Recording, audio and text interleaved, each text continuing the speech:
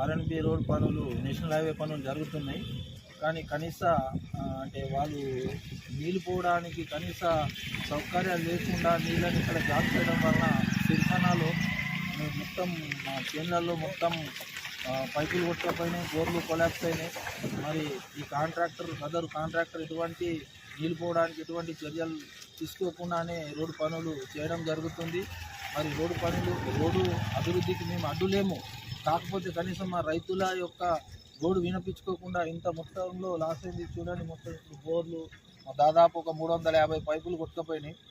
మరి దీనికి వాళ్ళు స్పందించి మరి అధికారులు కానివ్వండి, స్థానిక కాంట్రాక్టర్ కానివ్వండి, లేకపోతే ఎమ్మెల్యే గారు, ఎంపీ గారు మరి ఇంత పెద్ద మొత్తంలో నష్టాన్ని వాళ్ళు మాకు ఖచ్చితంగా ఇప్పించాలా. లేని పక్షంలో మేము వారిపై కోర్టుకు వెళ్తాము.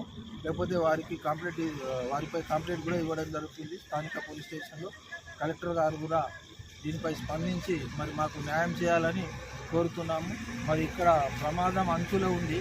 ఎవరైనా మొత్తం రోడ్డు కోసుకపోయింది. మొత్తం అనుకోకుండా జారి పడితే ఆయన చనిపోయే విధంగా కూడా ఇక్కడ రోడ్డు ఉంది. కావాలంటే మీరు విజువల్ గమనించవచ్చు. దయచేసి ఇటువంటి నాసిరకం పనులు కానివ్వండి చేయొద్దు. మరియు స్థానిక అధికారులు, కలెక్టర్ గారు స్పందించి మాకు న్యాయం చేయగలరని మా యొక్క రైతుల మనం